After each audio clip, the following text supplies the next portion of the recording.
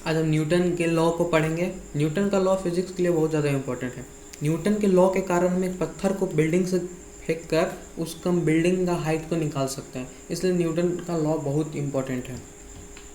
Topic में Newton का first law जिसे लॉ ऑफ इनर्शिया भी बोलते हैं, न्यूटन का सेकेंड लॉ जिसे लॉ ऑफ एक्सेलरेशन भी बोलते हैं, और न्यूटन का थर्ड लॉ जिसे law of action and reaction भी बोलते हैं। अब मोशन का कुछ हिस्ट्री भी जान लेते हैं कि मोशन कब से कब कहाँ से स्टार्ट हुआ था। कैसे हम लोग आज जानते हैं कि न्यूटन का 3 लॉ होता है, तीनों लॉ ऐसे ऐसे काम करता है, तो उससे कोई तो न्यूटन से पहले इसके बारे में सोचा होगा। तो एरिस्टोटेलियन फिजिक्स थे। एरिस्टोटेलियन फिजिक्स में एरिस्टोटल एक नाम के एक बहुत बड़े फिलोसफर थे। उन्होंने बोला था, बेसिकली उनका बात गलत था लेकिन वो बोले थे कोई भी ऑब्जेक्ट को यूनिफॉर्म में रखने के लिए एक एक्सटर्नल फोर्स चाहिए, जो कि गलत है। फिर न्यूटन आए, न्यूटन फिर अपना 3 लॉ दिए जो कि बहुत करेक्ट है। फिर मॉडर्न डेवलपमेंट वही न्यूटन के बाद ही कौन ही उतना डेवलपमेंट हुआ, न्यूटन जो दिए थे वही चल रहा है। अब फोर्स क्या होता है? Force is the external agent which change और try to change the state of body. Force एक ऐसा एजेंट है वो ट्राई करता है या फिर चेंज कर देता है स्टेट ऑफ बॉडी को। स्टेट ऑफ बॉडी मतलब क्या हुआ? Inertia of body. इनर्शिया क्या हुआ? इनर्शिया मतलब अगर वो मोशन में है तो उसको रेस्ट में लाने का ट्राई या कर लेगा। जैसे में अगर एक ट्रक है, ट्रक को हम रोकना चाहेंगे तो वो तो नहीं ना रुक पाएगा, लेकिन हाँ अगर एक साइकिल है, साइकिल अगर गत्ते गत्ते चल रहा है, स्लो चल रहा है, तो उसको हम रोक सकते हैं। वही है कि वो ट्राई करेगा या फिर उसको मतलब चेंज कर देगा। अगर वो मोशन में है तो उसको रेस्ट में ला देगा, रेस्ट है तो उसको मोशन में ला देगा। तो बहुत सारा फोर्स होता है। फोर्स एक वेक्टर क्वांटिटी होता है, इसके पास magnitude as well as direction भी होता है। इसका एसआई यूनिट न्यूटन होता है। यहाँ पे हम 4 फंडामेंटल फोर्स दे दिए हैं: gravitational force, magnetic force, strong nuclear force and weak nuclear force. Balance force and unbalance force क्या होता है वो बता देते हैं। बैलेंस फोर्स में बेसिकली जो नेट फोर्स होता है ना वो जीरो होना चाहिए, मतलब होता ही है जीरो बैलेंस फोर्स में, कि एक तरफ से 50 न्यूटन का फोर्स लगाया जाएगा, दूसरी तरफ से 50 न्यूटन का फोर्स लगाएगा। अगर दोनों को ऐड किया जाएगा तो ऐड जब हम करेंगे तो अभी हम बोले कि फोर्स का एक डायरेक्शन भी होता है, तो जो इधर का जो डायरेक्शन है उसको हम माइनस में कंसीडर करेंगे। अब 50 प्लस माइनस 50 तो क्या होगा? जीरो होगा। तो नेट फोर्स जीरो जिसका होता है वो बैलेंस फोर्स होता है, और जिसका डिफर होता है वो अलग होता है, जीरो से अलग होता है, तो उसको हम लोग कहते हैं अनबैलेंस। इधर से 20 न्यूटन का लग रहा है, इधर से 10 न्यूटन का लग रहा है, तो इधर 10 न्यूटन बचा। 10 न्यूटन मतलब ये इस साइड इस पे 10 न्यूटन का फोर्स लग रहा है, ये साइड में इस डायरेक्शन में इस पे 10 न्यूटन का फोर्स लग रहा है। बस सिंपल था बैलेंस अनबैलेंस फोर्स। ये कुछ उसके एप्लीकेशन है कि कहाँ कहाँ पे यूज होता है न्यूटन का मोशन वाले लॉ, इसको पढ़ सकते हैं पॉज करके। न्यूटन का फर्स्ट लॉ जिसे लॉ ऑफ इनर्शिया बोला जाता है। Newton first law of motion also known as the law of inertia can be defined in the easy way as follow. First law बहुत ईजी है, बहुत easy. An object at rest will stay at rest and an object in motion will keep moving in a straight line at a constant speed unless acting upon an external force. बोला जा रहा है अगर कोई object rest में है तो वो रेस्ट में ही रहेगा, अगर कोई ऑब्जेक्ट मोशन में है तो वो मोशन में ही रहेगा, तब तक रहेगा तब तक उस पर एक एक्सटर्नल फोर्स ना लग जाए। सिंपल। नीचे सिंपल टर्म में भी लिख दिए। हम इसको सिर्फ रिवीजन करवा रहे हैं, टोटल नहीं पढ़ा रहे हैं, क्योंकि सब इजी टॉपिक है। हम जो एडवांस में डीप में जो पढ़ाएंगे वो एडवांस वाला आने वाला है। ये नॉर्मल है, सब आगे का जो डीप वीडियो आएगा उसको समझने के लिए काम आएगा। अब इनर्शिया क्या होता है? बहुत बार इनर्शिया बोलते हैं, तो हम इनर्शिया बताए थे कि अगर कोई मोशन में है तो उसको रेस्ट में लाने का काम करेगा, जो रेस्ट में है तो उसको मोशन में लाने का, जो रसिस्ट करता है, जो चेंज ना करने देता, वही इनर्शिया है। Inertia is the tendency of object to resist any change in its state of motion. अगर वो मोशन में है तो उसको रेस्ट में वो आना नहीं चाहेगा, अगर रेस्ट में है तो वो मोशन में नहीं आना चाहेगा। अगर एक बहुत मोटा आदमी है, अगर तुम उसको बार बार कहोगे कि उठो बैठो इधर जाओ उधर जाओ, वो नहीं जाएगा, वो एक ठीक बैठेगा वहीं रहेगा। तो simple in other word, when an object is at rest it want to be stay at rest and when it motion it want to be keep moving at the same speed and the same direction. वही है। अब inertia कुछ हम लोग example देख लेते हैं मस्त मस्त। जो भाई साहब हैं ये चलते हुए मेट्रो से कूदकना चाहते हैं, तो इनर्शिया जो इनका है वो मोशन वाले हो गया। ये फर्स्ट लॉ का एक डिफिनेशन है, डिफिनेशन कर रहे हैं। फर्स्ट लॉ का एग्जांपल है, जब एक मेट्रो में थे तो ये मोशन में है, जैसे ये जंप किए ये डायरेक्ट रेस्ट में आ गए तो रसिस्ट नहीं हो पाए, इसके चलते वो गिर गए। अब जिराफ वाला देखते हैं। जिराफ का जो ऊपर का जो बॉडी है वो रेस्ट में है क्योंकि वो गाड़ी से अटैच नहीं है, और जैसे वो गाड़ी नीचे रेस्ट में आता है तो वो मोशन में आ जाता है क्योंकि रसिस्ट नहीं करना चाहता है, इसके चलते उसमें आगे की ओर एक फोर्स लगा, वो ऐसे आके झुक गया। Second law, law of acceleration. इसको बहुत सारे स्टूडेंट को ये लगता है कि हार्ड है इसका जो डिफिनेशन, लेकिन मेरे को लगता है कि ये राइमिंग बनता है इससे। तो देखो क्या बोलता है, the acceleration of an object is directly proportional to the net force acting on it and inversely proportional to its mass. जो भी ऑब्जेक्ट का एक्सेलरेशन हो रहा है वो प्रोपोर्शनल रहता है उस पर जो भी फोर्स लगता है, जितना तुम फोर्स लगाओगे उतना उसके एक्सेलरेशन बढ़ेगा, और उसके मास के इन्वर्सली प्रोपोर्शनल होता है। अगर मास को घटाओगे तो एक्सेलरेशन बढ़ेगा, एक्सेलरेशन मास को अगर बढ़ाओगे तो एक्सेलरेशन घटेगा। In a simple term this law tell us that when you apply a force to an object it will accelerate. The amount of acceleration depend on how much the force you apply. अभी बताएं क्या कि वो proportional था, and how much mass the object has inversely proportional रहता है। So if you push or pull an object with the large force it will accelerate more, and if the object is heavier it will accelerate less for the same force. This law is often summarized by the famous equation F is equal to ma. मतलब force is mass and into acceleration. जो force है वो मास और acceleration के जो multiply जो product होता है वही उसका फोर्स निकलेगा। Force is mass and acceleration. Force is what is force? Force is product of mass and acceleration. This is first video, that's why I am not explain it better.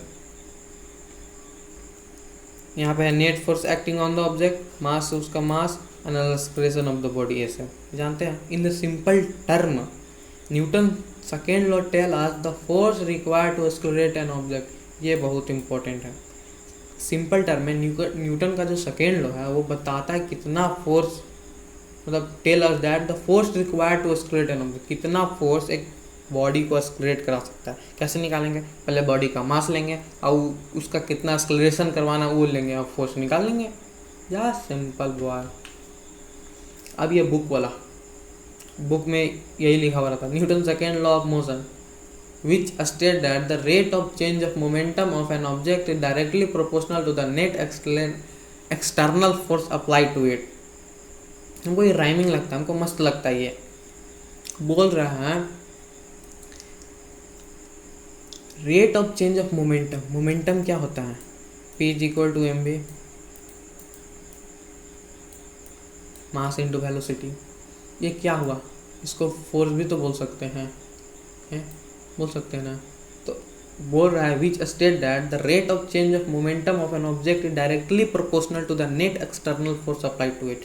जैसे मैं बोल रहा है मास पे भी डिपेंड हुआ, velocity पे भी डिपेंड हुआ ना, तो उसके डायरेक्टली प्रोपोर्शनल है किसके? Net force. किस पे? तो मोमेंटम पे। सिंपल।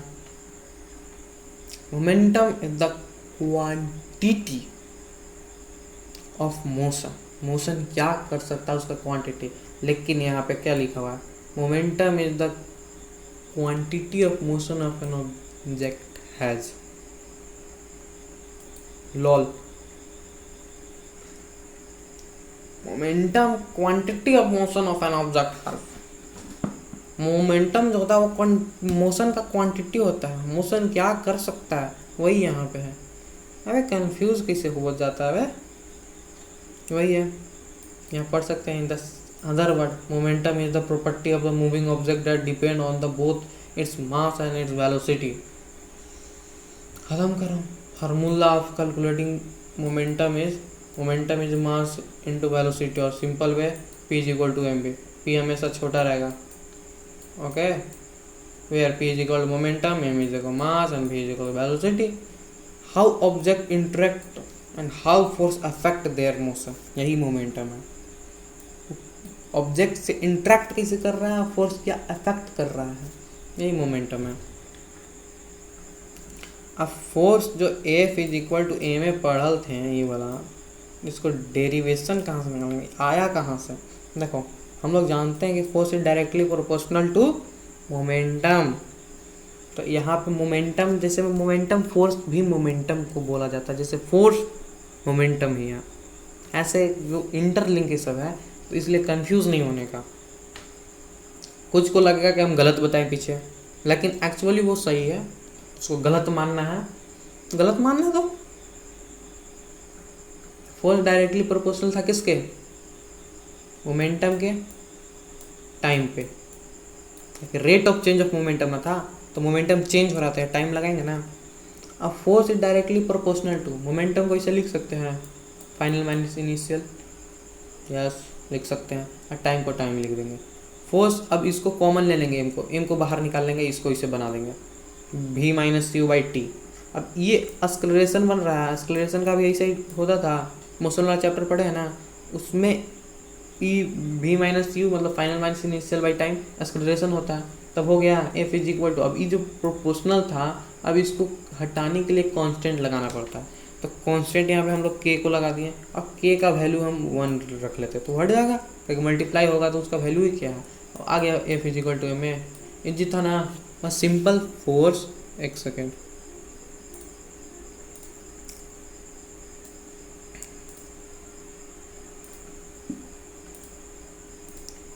फोर्स किसके प्रोपोर्शनल था, rate of change of momentum पे। यहाँ पर rate of change of momentum कैसे लिखेंगे, कोई अगर rate of change of velocity लिखते थे तो वेलोसिटी बाई टाइम लिखते थे, rate of change of acceleration A by T लिखते थे, और इसी यहाँ पर रेट ऑफ मोमेंटम, तो मोमेंटम को पी से डिनोट करते हैं, बाई टाइम कर दिए, निकल गया।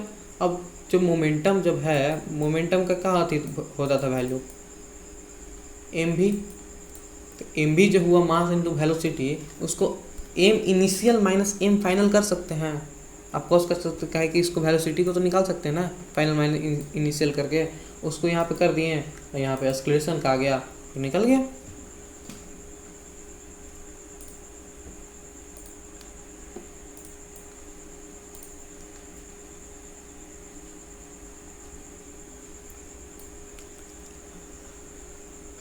अब यहाँ पे एक इम्पॉर्टेंट चीज़ है, लेस टाइम मोर मोमेंटम, कम टाइम है तो ज़्यादा मोमेंटम लगेगा। अब इसका मतलब क्या हुआ, हु किल यू, अगर तुम छत पे से गिर गए या कूद गए तो तुमको मारने वाला कौन होता है, मोमेंटम होता है। क्यों होता है, मान लो कि ये बिल्डिंग है, ये ज़मीन है, अब तुम यहाँ से कूद के, तो तुम्हारा मास भी है, अब तुम एक वेलोसिटी से नीचे गिर भी रहे हो, तुम नीचे गिरे यहाँ तक ठीक था, लेकिन अचानक से यहाँ पे तुम्हारा मोमेंटम चेंज हो गया, 0 हो गया। यही जो कम टाइम था यही तुमको मार दिया। अगर ये टाइम को बढ़ाना है तो यहाँ पे अगर हम ट्रैम्पोलिन रख देते तो नीचे गिरते तो वो ट्रैम्पोलिन को नीचे बैंड करता, उसके बाद फिर हम लोग वापस ऊपर आ जाते, तो टाइम को बढ़ा दिया, इसके चलते हम लोग को चोट उठ नहीं लगता। लेकिन अगर टाइम ही नहीं, डायरेक्ट ज़मीन पे गिर रहे हैं, काम खत्म। अब मोमेंटम का एक वीडियो देखते हैं। देखो वो आदमी उस पर टकराया, अपनी एनर्जी उसको ट्रांसफर कर दिया, वो नीचे गिर गया ना। अब एक वापस देखो,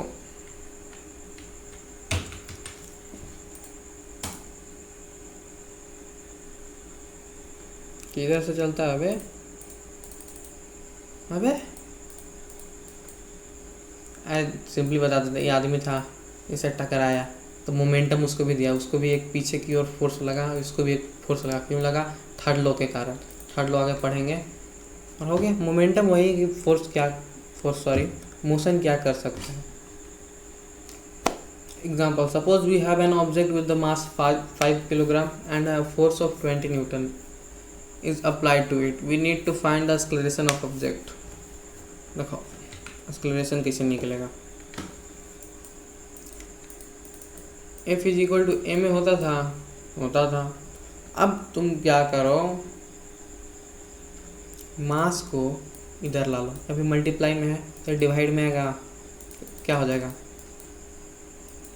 F is equal F by m is equal to a. आ गया, फोर्स लगाओ, इधर मास लगाओ, ऑस्किलेशन निकाल लो, सिंपल, ये निकालो।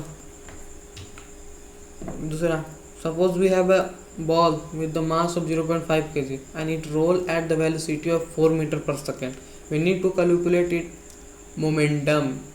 मोमेंटम देखो p इक्वल टू एम भी होता है, मास कितना है 0.5 kg है, 4 मीटर से चल रहा है, कर दो पता। आ गया न्यूटन का थर्ड लॉ, इसे law of action and reaction भी बोला जाता है।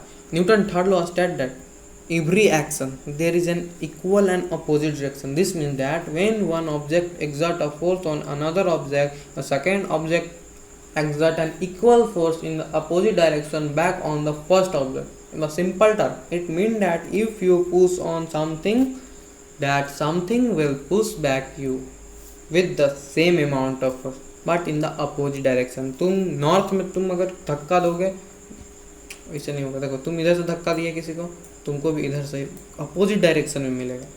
ओके, लाइफ इज एन इक्को, what you send out come back. ये न्यूटन का थर्ड लॉ पे बहुत फिट बैठता है, इसलिए इसको हम लगाए यहाँ पे। अब न्यूटन थर्ड लॉ का एग्जांपल देखो, जो भाई साहब हैं वो गोली लेके खड़े हैं। ओके, इसका इनर्शिया क्या हुआ, रेस्ट हुआ, आगे चला, आगे जब चला तो एक इधर से एक फोर्स लगा।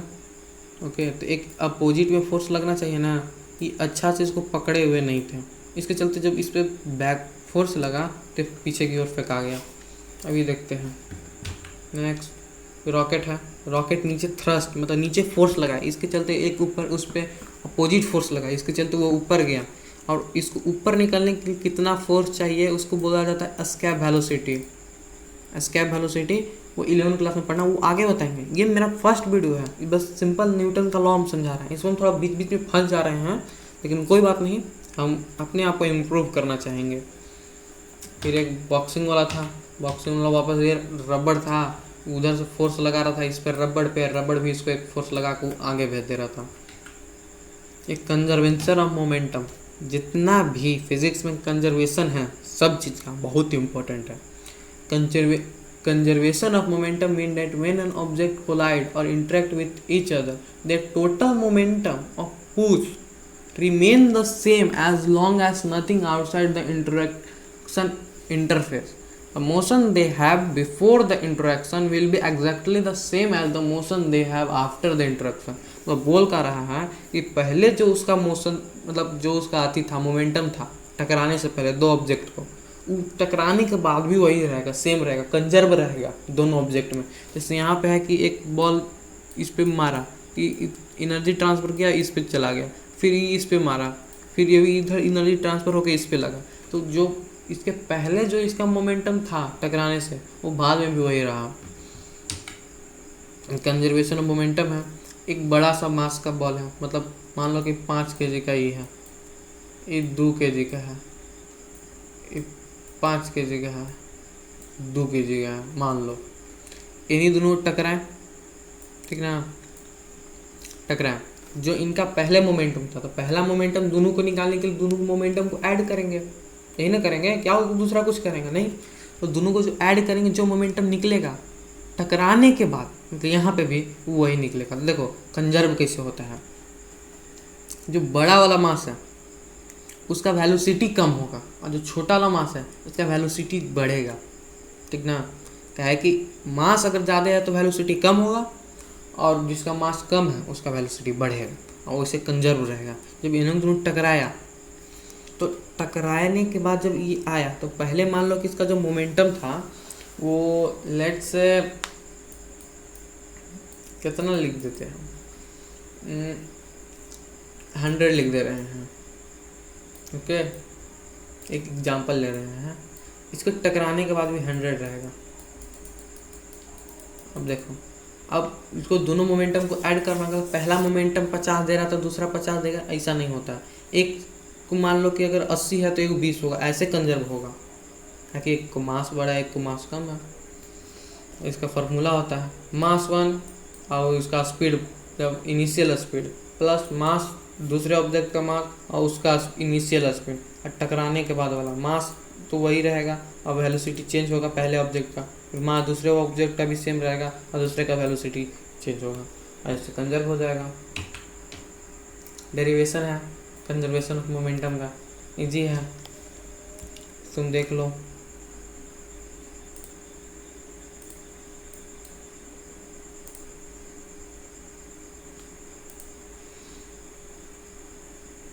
फोर्स क्या होता है ए में, ए को इसे लिख सकते हैं, ऑफकोर्स लिख सकते हैं।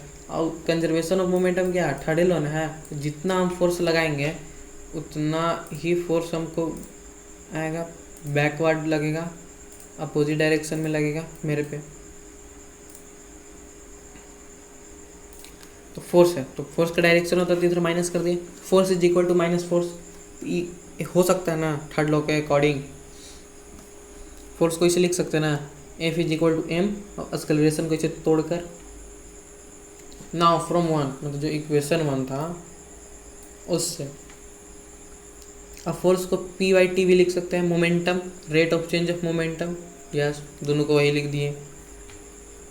अब मोमेंटम को हम लोग तोड़े थे, याद है पीछे, मोमेंटम को हम लोग जब फोर्स का F is equal to M a निकाल रहे थे तो उसमें मोमेंटम को थी mass initial plus mass into mass final जो था वही निकाले थे।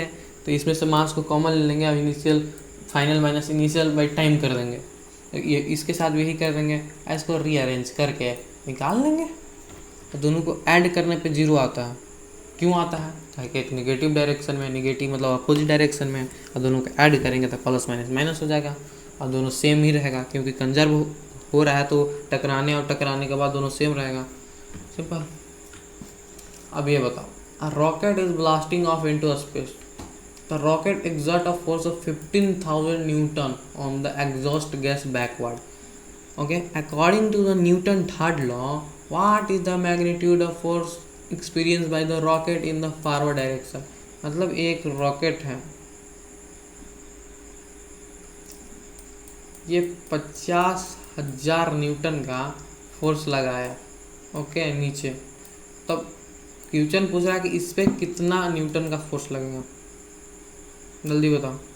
इस पर भी 50,000 न्यूटन का फोर्स लगेगा, क्यों लगेगा, न्यूटन थर्ड लॉ, जितना फोर्स लगाओगे उतना तुमको मिलेगा, तुम्हारा जैसा कर्म वैसा भरनी करनी, जैसे भरनी। कंजर्वेशन ऑफ मोमेंटम है, देखो ये वीडियो में बढ़िया से समझाया था। अबे वीडियो चलने का कौन सा बीमारी इन लोग को पकड़ लिया, अबे चल,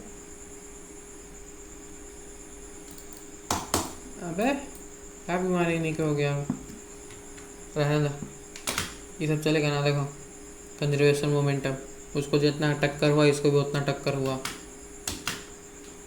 यहाँ पे भी देखो, जिसका मास अब ज़्यादा है तो उसको उतना इम्पैक्ट नहीं होगा, जिसका नहीं है उतना उसको हो जाएगा।